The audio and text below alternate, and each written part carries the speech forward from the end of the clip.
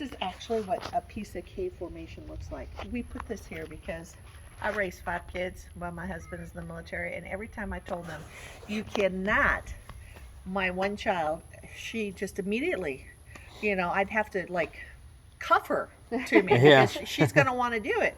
Uh-huh. So I said, for all those kids who have that same mentality, when you You say need to do touch not it." touch anything in the cave, they want to touch. So just get it all out of your system. The same thing applies is you cannot touch anything in the cave. You can only drink water if you want to bring any consumables.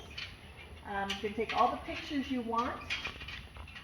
Oh, got it. Here we go. And if you could just latch this, don't lock it or it'll be here a long time. Okay. When you come in, that way people won't follow it, or critters won't follow us down. Okay. So you here visiting family, or you just decided to see what Texas was like, or? We're on our honeymoon. Yes. Congratulations! Thank you. That is awesome. We're on a mystery trip. We had no clue what we were doing until we got to the airport. Really? Did someone give you this honeymoon? We went through a travel agent. Third party, like a mystery trip. It was cool. That is very Yeah. cool. I've never heard anything like that. Neither She's had the one I. that booked everything for Yeah. us. She found them on Facebook, I believe, and it's been an experience for sure. That is so awesome. We'll have to talk more about that. We had a lot of rain here a couple of days ago, and because a lot of the water that comes into the cave is from surface water, that's why it's so wet right now. Yeah. Which is why I wore flip-flops today, because it's easier for my feet to dry out than my tennis shoes. Oh, yeah. So, and you come down, you're gonna find some drips. Don't worry about it. Just if it's a severe drip, I'll tell you which way to go, right or left. Okay.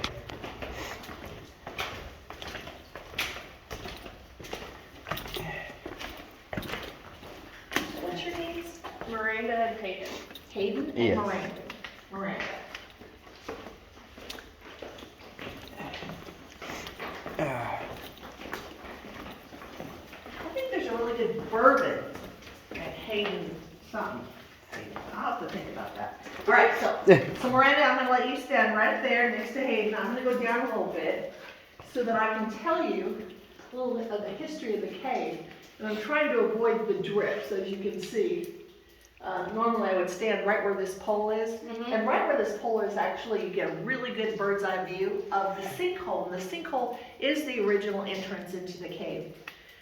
And how it was discovered is in 1870, a lot of this area was all settled by Germans. And this one particular landowner, he liked to raise sheep and goats. And he was doing kind of a head count of his livestock. And he's thinking, man, numbers are not adding up. What's going on? Where are my critters? So as he's going through his mind, he's thinking, could it have been predators? Because we have mountain lions and coyotes out here. Could it have been a thieving neighbor, maybe a hole in the fence? So as he's looking around for clues in his property, he finds this big hole. And he thinks, oh my God, that's what's happening. They're following through this hole. Now he's thinking it's an old well. And he just promptly, being a kind of solve a problem kind of guy, he goes and gets a bunch of wood and some boulders, and he covers it all up. Promptly forgets about it. Forgets about it so much that 2 house sales later, he has forgotten to tell anybody about the big hole in their yard, right? So now we're going to jump ahead to the 1920s. New family owns the property, the Short family, and they're outside. It's a cold winter's day, so it's probably 15 degrees out here. Absolutely no moisture at all in the air, but down here it's 66 degrees, 100% humidity all year round. And he's going down in his yard, and between the debris, he's seeing the steam come up. He's like, what the heck? Did I buy a volcano? What's going on? So he's removing all that debris, and this little goat, who's curious, walks by, looks into the hole, and promptly falls in. Well, apparently back in those days, goats were more important than children, because he grabs his 7-year-old son, wraps a rope around him, says, boy, get in that hole, get my goat. So he lowers the little guy down into the hole. The little guy grabs the goat, and as he's coming up, he says, Dad, this isn't a hole. This is like a whole world. Well, once he gets up, word gets out very quickly, as they do in small towns, and they hear a knock at the door. A few days later, two very enterprising businessmen come to the door to offer them a proposition. Because in the 1920s, it was also prohibition. Mm-hmm. And we'd be Texans, and we'd be liking our drink. A lot. So I'll show you down here where Operation Moonshine commenced and what happened next. Sounds good. So when you come down here, yeah, this is, there you're gonna see some drips, and right here, I don't know if you can see it, but it's coming down pretty good. Just stay to the right of it. Okay. And you should be able to get through somewhat unscathed.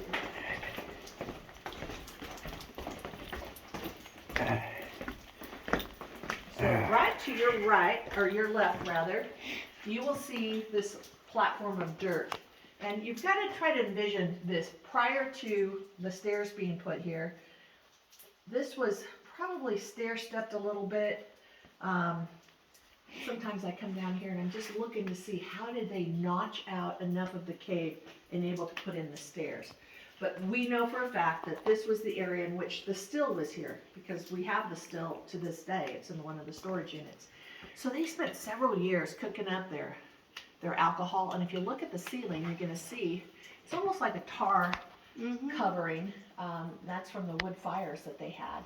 And all of the white sparkly bits, those are minerals that have leached through, and that's the cave's way of trying to heal itself. Wow.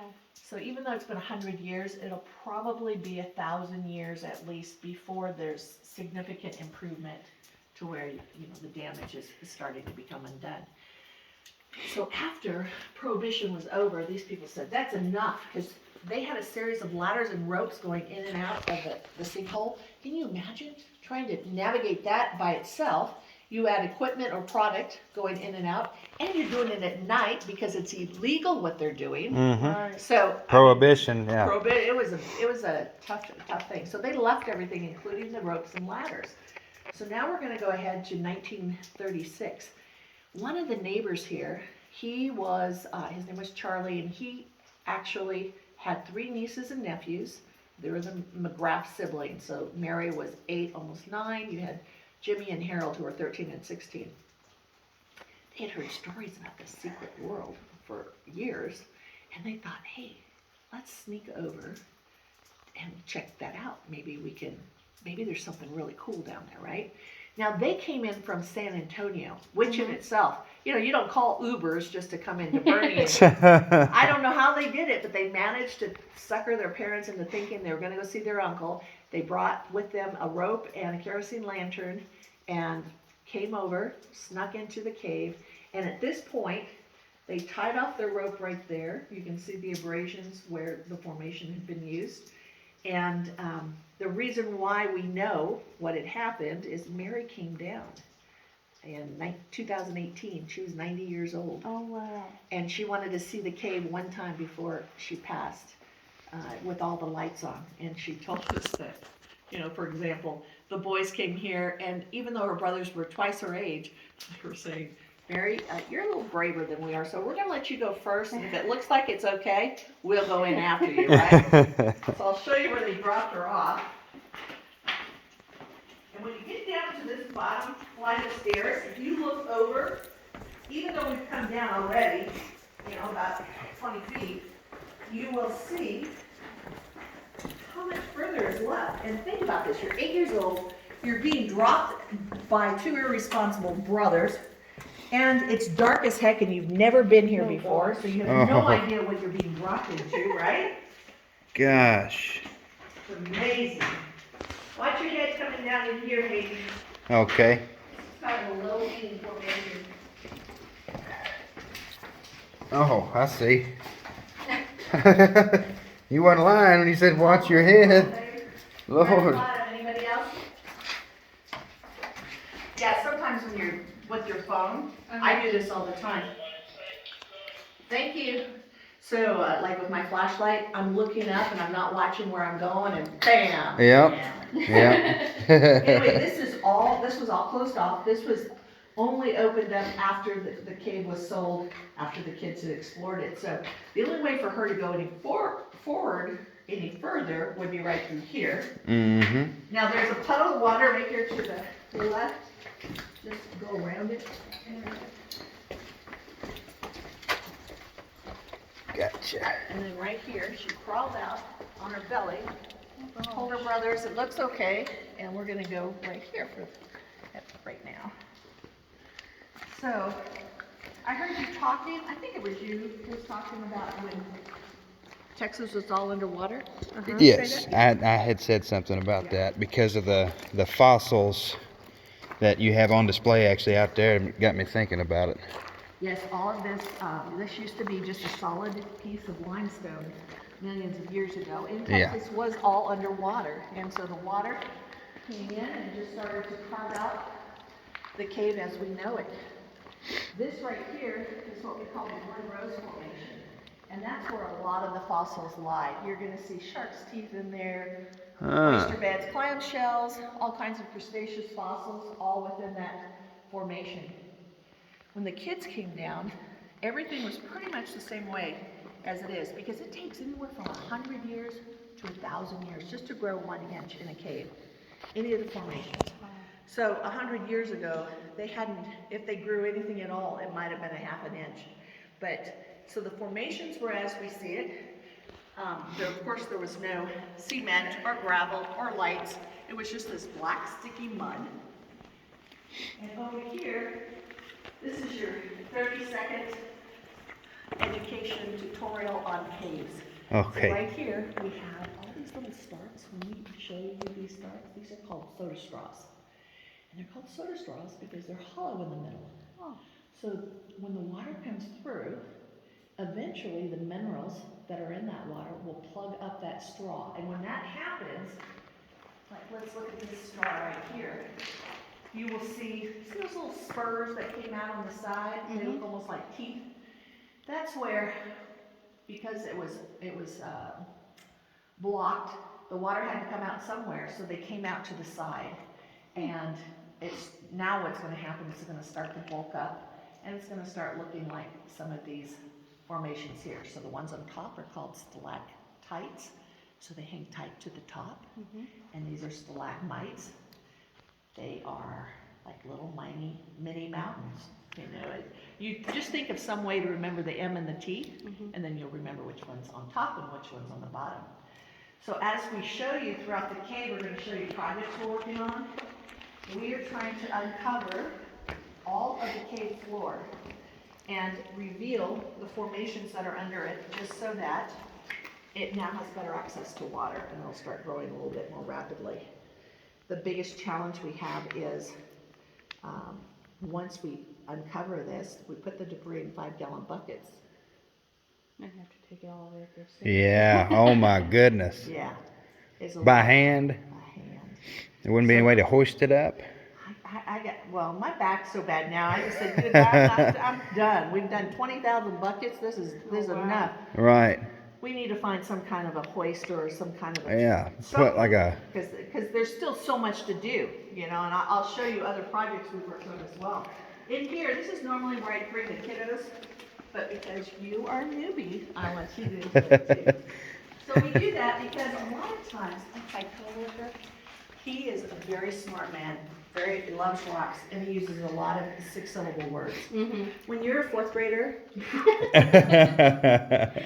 so I have always, my husband was in the military, and you know, there was the KISS program, which is keep it simple, stupid. And I believe in that. I want to keep it simple so people can remember things. So one of the things in here, we call this the food court because some of the formations actually look like food. So if you look right here and you think about something you might have had for breakfast, what does that look like? A slice of bacon. Slice of bacon, cave bacon. Big old, yeah, okay, slice of bacon right there. And right here we have a fried egg to go with that bacon. Fried egg to go with it? Yep. And why we have this caged up is because this gravel was put down in 1938. So we know that this formation is no older than 83 years. So remember I told you it takes anywhere from 100 years to 1,000 years to grow an inch? That's a huge margin. Huge margin to try to estimate. So something could be 12,000 years old or 120,000 years old. you don't know which end of the spectrum it could be, because all of it is predicated on a lot of different factors. So since we now have narrowed that margin down considerably, because we know how old it possibly could be, we have people who come in every 6 months and they are measuring growth, and they have other factors that they put into this formula, because we're trying to ascertain a better idea of how old truly some of our formations are. So it's kind of a cave project, kind of boring, but the kids love the Friday part, so. Right here, if you look at vegetables, maybe something you, Yeah, like a carrot. cave carrot, right there. If we jump right to dessert, 40 scoop ice cream cone. I hope that 40 scoop ice cream cone don't hit me in the head. Ah, just makes me hungry. So in here we have all the white formations that look like, I always think cotton balls, but the kids, because we're into food, they say it's marshmallows. So all these marshmallows, that's typically what that type of formation looks like. It's usually scattered randomly all throughout the cave. It's never as plentiful as it is here, but it's never in a formation. It's more just a random scattering, except right here. And here it came together like frozen grapes. wow. Oh, So that is one of our most popular formations right there. If you want to get up closer, let me get up closer to do that. your thing. So right here, Frozen grapes. this cave bacon. Cave bacon just amazes me. So you can see it how it's coming down. Because what happens is you get a drop of water and it rolls down the side and it leaves a trace of minerals. And then the Yeah. next drop right on top of that, and then right on top of that. I mean, it's amazing how It's that interesting happens. what time and pressure does to things. Exactly. Exactly. So we're gonna go out this way. This one I think is pretty cool. This looks like, almost like it's reptilian. It looks like some kind of a Yeah, like a lizard or dinosaur or yeah. iguana. And then right here, this almost looks like an elephant ear. You know, Yep. because it's so textured. Yes, it does. So, I'm gonna tell you how we came up with the goofy name that we have. When the kids left here, they told some people about what they'd found, obviously. And so this one guy, he's a property developer, he thought, oh, that's perfect for me. I'm gonna buy that property and I'm gonna give cave tours. So he did, he bought 150 acres out here. And he took him a year and a half, he put in those stairs. He did a few improvements, a little gravel here and there, a couple of lights, but that was basically it. He goes down to the city and says, I'm gonna do cave tours, what do I need to do? They said, well, we'll do the paperwork right now. What's the name of your cave? He said, oh, I didn't get that far. I didn't do that. Well, the woman at the desk obviously was very talented and very smart, and she said, you know what? You need to make this a marketing opportunity. Why don't you put together a contest and invite all the children in all the communities around here to submit a name, and the name that you like best, you reward them with a prize. And he goes, that's great. So he immediately types this up, and I have a copy of it in the gift shop, and he puts it in the paper, and the prize was $250. Well, with today's inflation rate, that's about $5,000. So you could see, a lot of kids are interested, right? Oh yeah. Before long, he had all kinds of children coming up, wanting to do the tour and taking a look at the cave, and they're saying, you know, we call it the Horn Cave, the Bat Cave, the Texas Cave, the Pretty Cave. I mean, they were just throwing out names right and left. And this one little guy, very pensive, about 10 years old, and very reflective, and he was just in awe of the cave. And he finally comes up to Jimmy Horn and said, Mr. Horn, this cave is just too incredible for you to describe it with just one word. I think you should just call it the cave with no name at all, and just let people remember it based on what they saw and how it made them feel. Son, you're brilliant. You're brilliant. Yep. You win the prize. And so we think, though, that conversation did not take place right on that. We think it was over here. Oh, there, you see that formation right there? Little tiny eagle. It's so cool. You just, every now and then I'll find a couple of bats over there that they're trying to compete with him. I hate to tell him that he's not real. We think that they were over here when this was said. Oh, wow. So we call this the This Queen's is beautiful.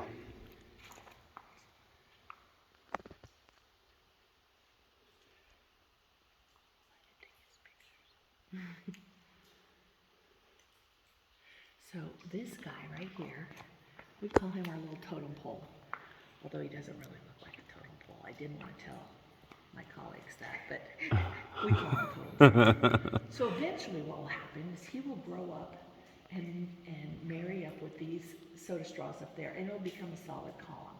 It'll take about 15,000 years for that to happen. Oh, wow. Just to put into perspective time. Howdy. So right here, this guy is one of my favorites. He is so large and intricate and just amazing. He's at least 1 million years old and still forming. That is crazy. Isn't it crazy? It looks like it should be something in a Disney movie. And all those, you see where it's still wet? It's All like this takes millions of years to millions happen. of years. Millions. Right here, you can see where we've got a tricolored formation, and that's just because the different minerals that were present at that time. So this is probably gold calcite, regular calcite, and then this was oxidized with something else. But it looks almost like a parfait. Yeah, that's incredible.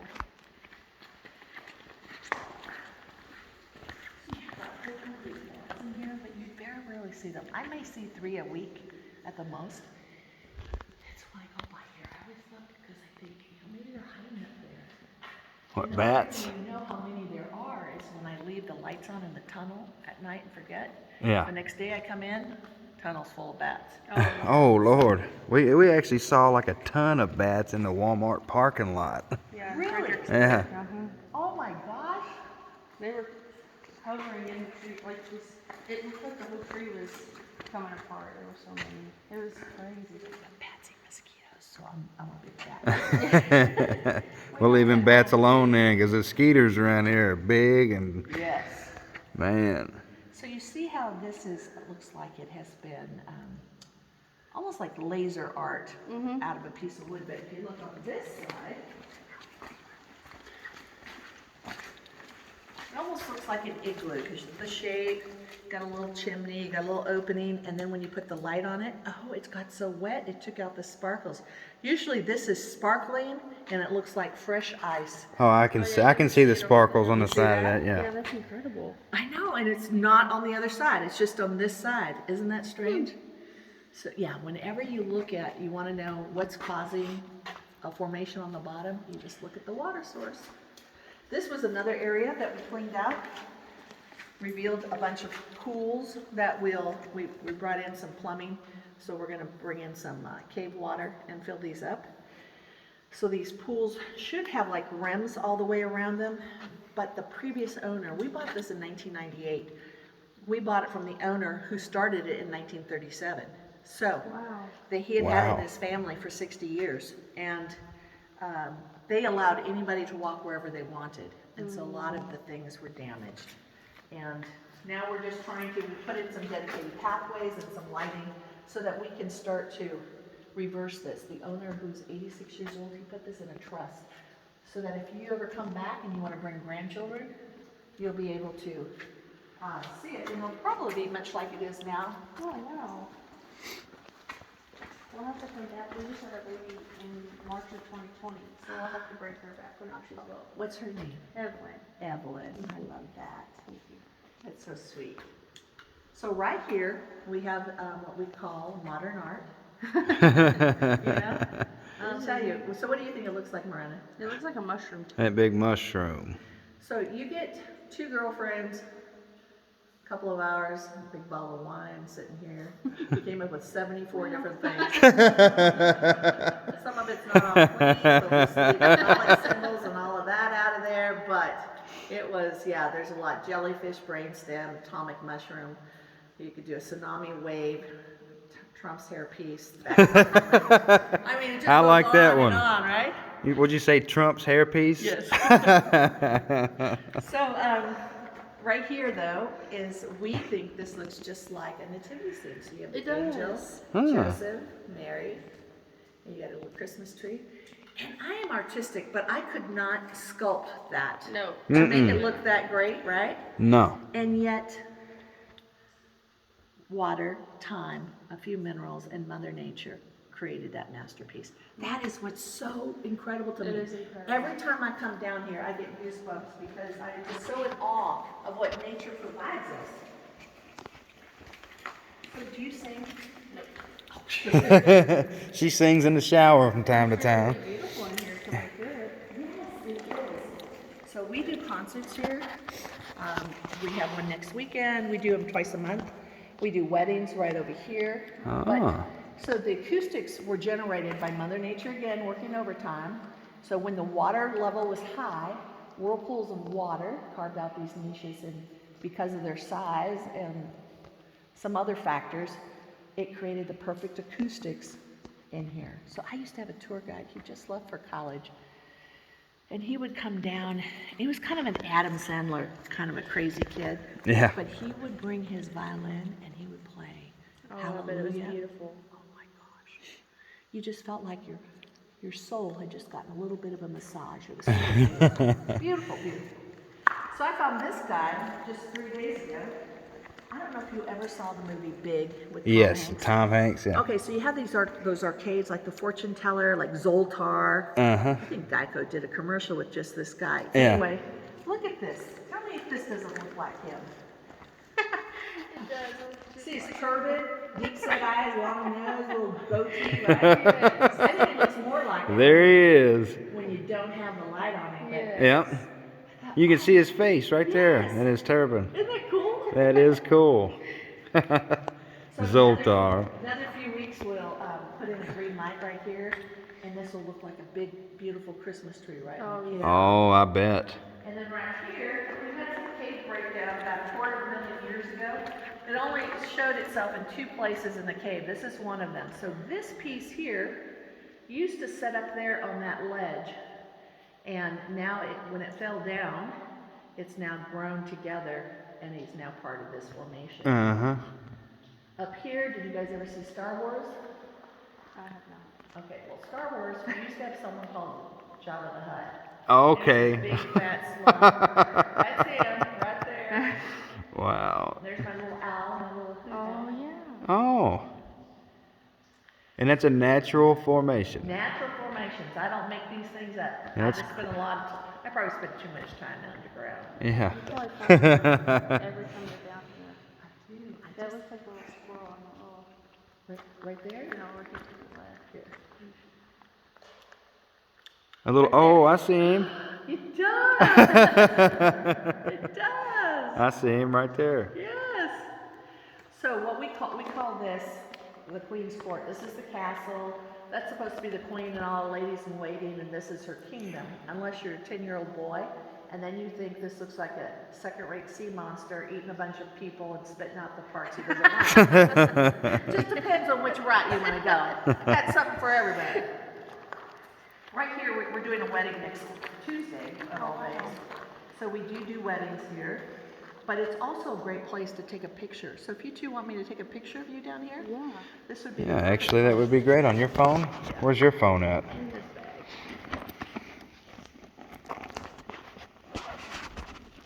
So the little bugs here, usually they're not flying, they're usually stuck someplace. They look like a fat chicken nugget thrown against the wall. So, and when I look, you know, like for example, that looks like about the right shape, but it looks like it's just a divot in the ceiling, so you have to put light on it. But hopefully we'll find one. All right, so the only criteria is you guys gotta fix enough to really like each other. Okay. Okay? That is so cool. Miss G-Tra. That must have been hard for you leaving Ellen. Yes. Very much so. Yeah. I remember doing that.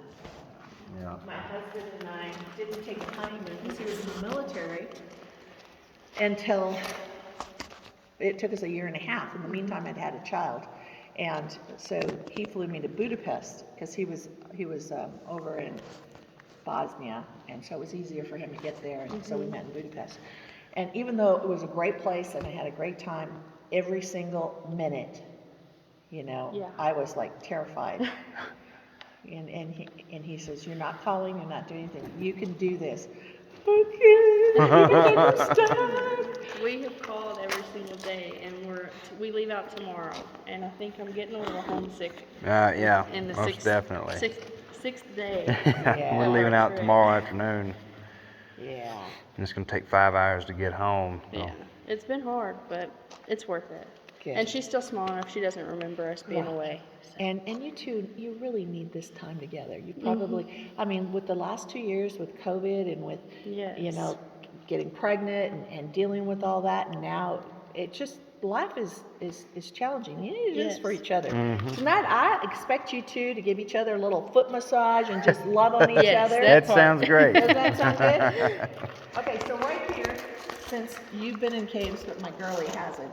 So remember, there's only 4 ingredients really in all the formations you see. Even though they're all so unique and different, there's still only 4 ingredients. You have water, and that's the conduit in which to transmit the minerals. So you get water, minerals, and then you have flow, and flow is the amount of water or the direction of the water, which creates the different types of formations. And then finally you have time. So water, minerals, flow, and time. So these are the rims I was talking about that we want to mimic throughout the cave around all of the pools of water that we uncover. And how these are built is if you look up here, this is the water source, and it's going to come down into the pool. And those are beautiful. And when it hits that water, the minerals are released, and now they're floating on top. And as the water moves slowly, it eventually will attach those minerals to the side of the rim, and that will continue to build. Pretty simple. That's another kiss talk. Keep it simple. Keep it simple. Still have more to see. Are you enjoying your first cave? Yes, it's beautiful.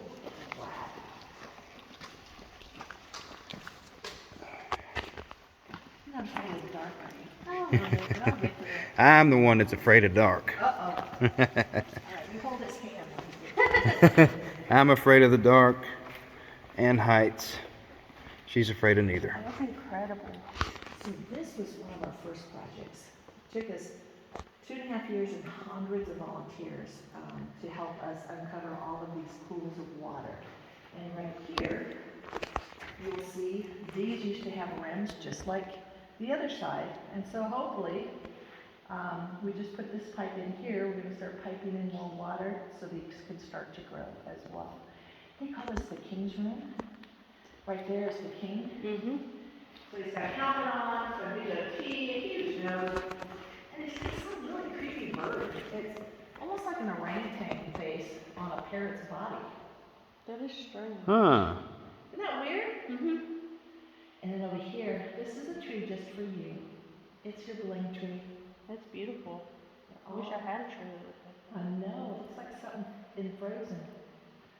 You can tell Ella when she gets older after she sees Frozen. That was Elsa's tree. We saw it. My niece would love it. So people ask if there's anything living in the cave. Actually, there are only 2 types of critters that are down here, and we're not talking the bats. Because the bats use it mostly as a B&B rather than anything else. But in these pools of water, deep down into the mud, there are these little tiny ghost shrimp. They're about the size of a kernel of rice. They're translucent. They just eat microorganisms. They don't take away and they don't add. They just are. And other questions are, would you drink this water? No. Now, if you were to ask my coworker upstairs, he would say absolutely not. Now, if you were to ask me, I grew up in Bakersfield, California. I drank canal water, Oh. which is why my immune system is so incredible. Yeah, it Nothing does. sticks to It me. contributes. So it comes through 30 feet of formations. 30 feet of limestone, to me, is a big filtration system. So the only problem I would have, I mean, the water is very, very cold. And when it's running, when it's moving, it cleans out a lot of that. There's nothing there to disturb it. So there's no feces in it. It's just the minerals. And if you drink too much of it for too long, you might get kidney stones because of all the minerals. Mm-hmm. But if I was stuck down here for a couple of days and I needed a drink, Oh, yeah. I'd drink it. Oh yeah. There's a lot of movement in this whole beaver.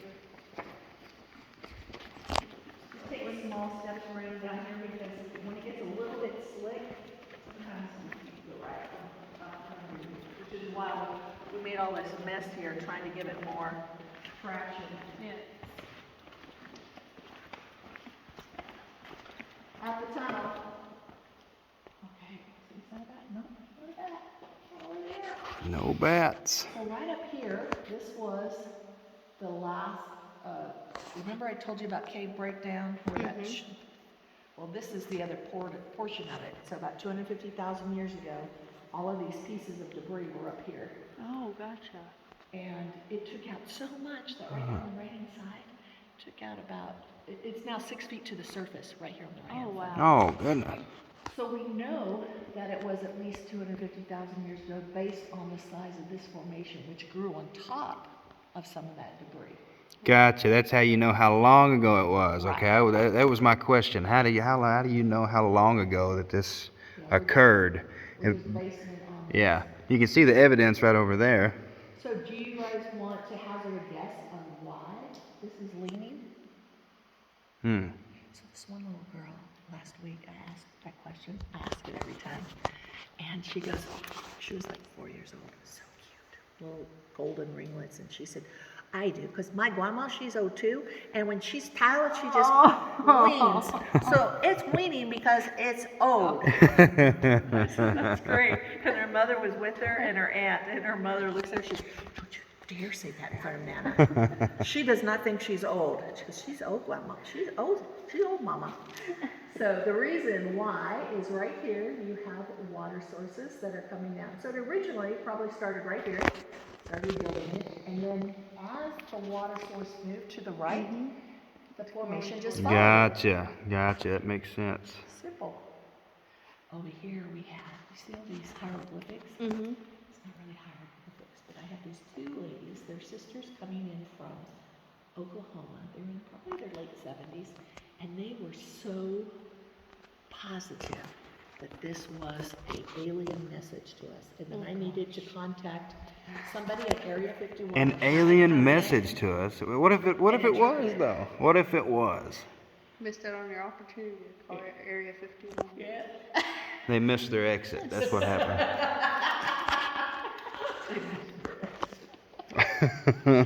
You got off on the wrong one.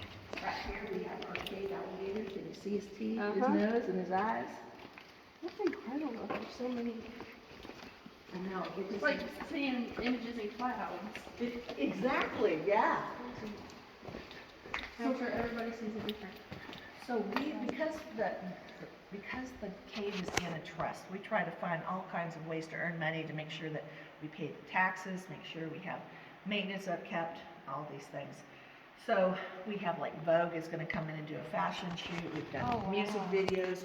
Wow, music videos? Music videos. You know who Def Leppard is? Yes. They did one in here. Wow. We have What year concerts. was that?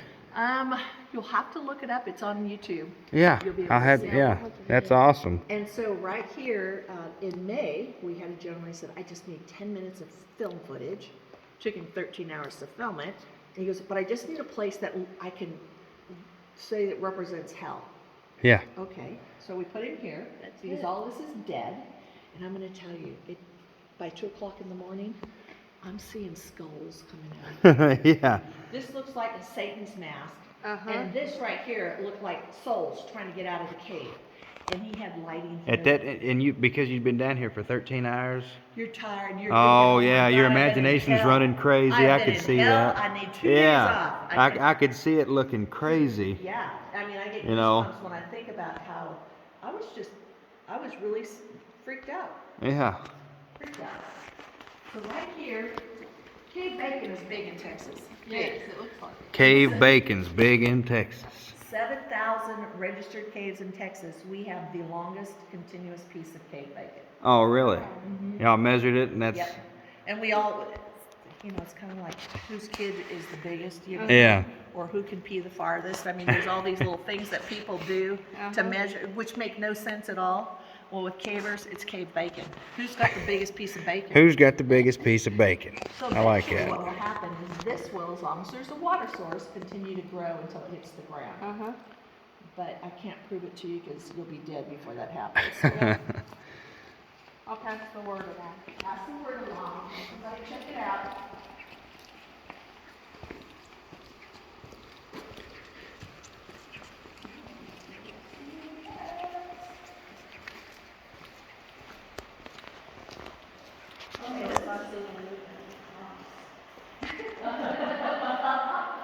Okay, so we're gonna sit, I think this is, should be, yeah. Go ahead and have a seat. I'm gonna tell you, because you're gonna have to hold Hayden's hand to see the baby in the dark. So I'm gonna tell you what happened to the kiddos when they came down, because they kind of left it, you know? You knew they came down, right? So they had a plan. Their plan was they were going to just use that rope, roll it out, follow it out until it couldn't go any further, and then just look, and then follow it back out. They thought, that's safe. How hard could that be? Oh gosh. What they didn't take into account is how big the cave was and how small their rope really was, how short it was. So when they got to the end, they realized they weren't even into where the stage was for the concert. So they just dropped their rope and they decided, we're just going to do what kids do. Oh gosh. Push that boundary just a little bit, right? So they're pushing it, pushing it. 2 hours later, they're completely lost. They have no idea where the rope is. And it's pitch nobody black. knows they're here. And it's pitch black. And you can just hear that water. And you just have to see how dark it gets. Oh. So that's probably about the right amount of light that they had. Oh Because wow. they had Wow. a kerosene lantern. So it's like a candlestick in a mason jar. Yeah. Which means it's not directional. It's not like this where you can. So Right, you right, use right. that. So use that, and you look at how much light they could see. So they could Nothing. Nothing. Absolutely nothing. So and the then time just that barely they were anything. spending, you could see why it would take them a long time. Yeah.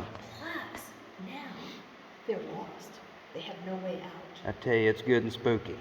That's for sure.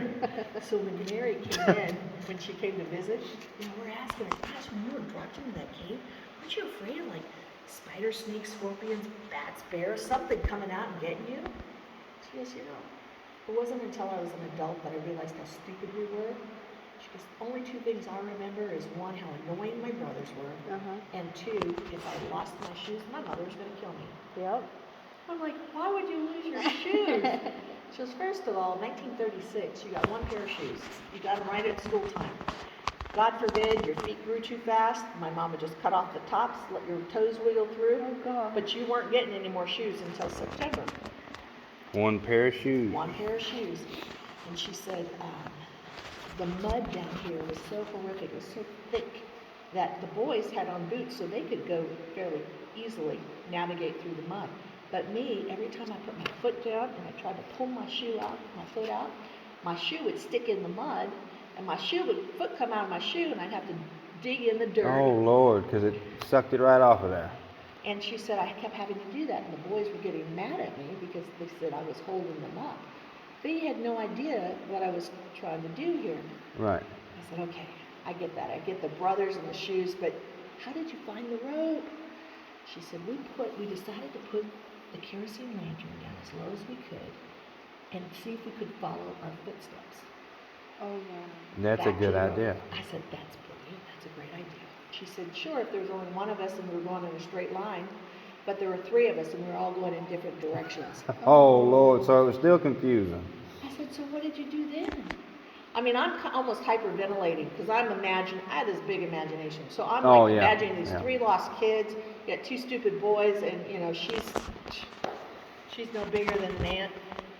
She said, well, we decided since Jimmy's feet were the biggest, we'd just follow his footsteps. And she goes, eventually we did find the rope, we got out, but 15 minutes after finding the rope, our kerosene went out. So we had to spend the last hour trying to get out of the cave in the dark. With no light at No all. light at all. unbelievable. Unbelievable. That'd be so She scary. said that since I couldn't imagine. she went on and became a real brilliant mathematician, she worked for NASA. She was also behind the scenes on the Moon Project. And she studied up a lot on caves. And she said, you know, with caves, especially, it gets so black down there. If you have no artificial light, no light whatsoever, for 5 days you start to hallucinate. After 2 weeks, you start losing some of your eyesight, and after 3 weeks, parts of your brain start to shut down. Oh wow. So she said, you know, you need to be really, really cognizant of that. So immediately the next day I went and bought a bunch of portable flashlights, and I had them in baggies all over here. So most of my colleagues here are kids, 17, 18 years old, who always think they're smarter than everybody else, right? So they laughed at me. They thought I was being stupid until July, when we got hit 3 times by lightning, and a lot of these lights blew up in the middle of a tour. My guys had lights. Why? Because who's stupid now? Who's laughing now? Who is laughing now? As a mom, we all know what happens. If you don't always take extra clothes, snacks, a pillow, a blanket, you never know when you're going to need something. Because you don't know when plans are going to change. All right, these lights are very essential, that's for sure. Yep. Lord. So right here, we have what's called a shade bulb.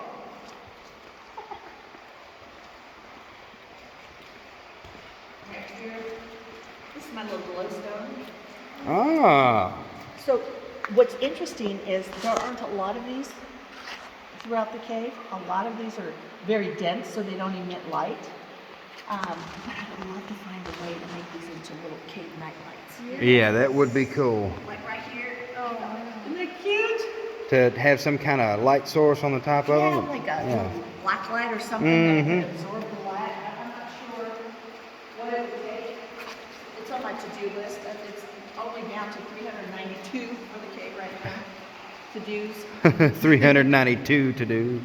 So right here, the main mineral that's coming through here is calcite. And I just think this is beautiful. This ceiling is so different from the other caverns.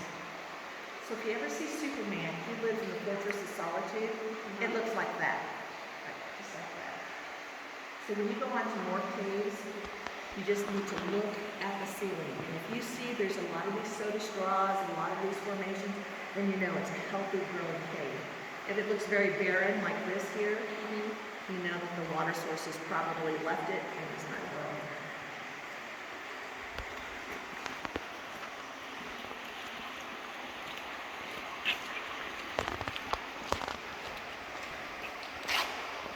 Interesting over here, this water source, we have not yet been able to identify exactly where it starts from.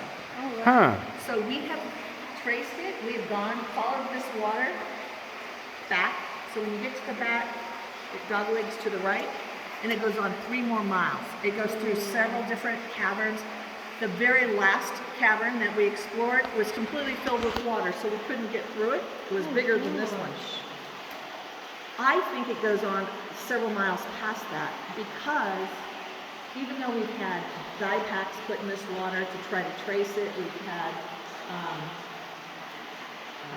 chemical analysis done, nothing definitive has ever been brought out of that. We know that some of the water is from the surface, some of the water is from the Edwards Aquifer. So there's the aquifer that's near here, it's called the Edwards Aquifer. It has these little salamanders that are white, they have no eyes. That exact species in the aquifer is in here. So the water has to mix someplace. But there still is another source, because the analysis says there's still another unknown source. I know that in Kerrville, which is kind of where you guys were at, when they have big water storms, big rainstorms, this will be affected. So I think that there must be some underground connection here or there. That's crazy. It goes down here about a mile, and the rooms that it goes through are much lower. The water level gets high, and it only goes a mile. And to put that into perspective, we've gone a quarter of a mile. from the stairwell to here. So that's 4 times longer than one would walk. And we used to do water tours. We used to do adventure tours and go through there, see what it was like. The owner's son was the tour guide, 38 years old, been doing it for 20 years. He decides to go check it out, to check the water levels before a tour the next day. And he died in the cave. Oh, So I think that's because terrible. some of these rooms, they get a lot of CO2 buildup. Yeah. And when you take in a lot of CO2, you don't even know you're breathing in. I think he got dizzy and he probably drowned because of that. It took us 3 days to find his body. So we put a big gate at the end of that, and then we just stopped doing the tours because it just devastated the owner. Yeah, absolutely. I could imagine. But when we used to do tours, I put the rope down because I was tired of falling into the water. Yeah. So if you guys want to go down there and just see a little bit, you're more than welcome to, since there's only the 2 of us. Okay. I'm okay. You don't want to go down there and see? Okay, that's fine. Oh, you want to go? Sure. Here. I'll go down there and look.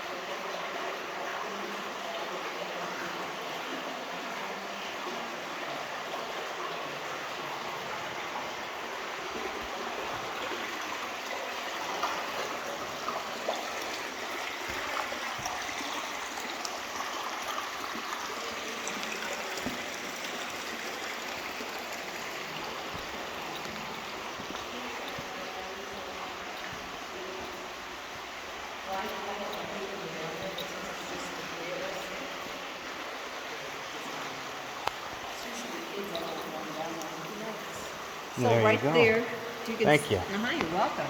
Right here, this was when the water level was at the highest for a period of time that left a line of demarcation from the minerals there. So it was in 2002. So we had to build this platform up here to bring people to this point. And then once the water went down, we created this pump, we pumped water up here to go up to the top for the bathrooms, for irrigation. Oh, Bring okay. some wire down, but this way we can disperse some of the water and make it exactly. So when you look at this, and if you look up, you'll see that it actually breaks the surface because you'll see sunlight out of there. Oh, okay. Think about it when we come out. Think about the direction we're going, and see if you can't tell me where you think See daylight up through there. this That's is cool. out on the surface. I've had Army Rangers who were so cocky and they got out and they totally flubbed it. And I flubbed it. I was raised with a compass and I had it wrong, but I always like to offer that, especially for kids. Yeah. What I'd like to do this winter is build a duplicate trail on top based on which direction you think here. So the thing is all it. You try to put it into context. Kind of, just, we protect our children so much that we'll learn situational awareness and some of those things that I think that are important and kind of lost art. So speaking of children, is your guys come right here? Yes, she does. She didn't have a choice.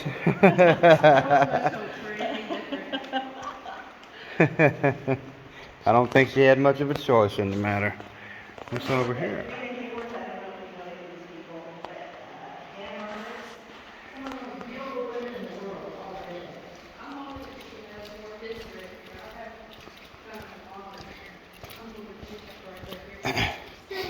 We're making our way back up now? Yes. Okay, sounds good. You're gonna see, it goes fast, doesn't it? Mm-hmm. It's right now. I know, it's 4 minutes to 1.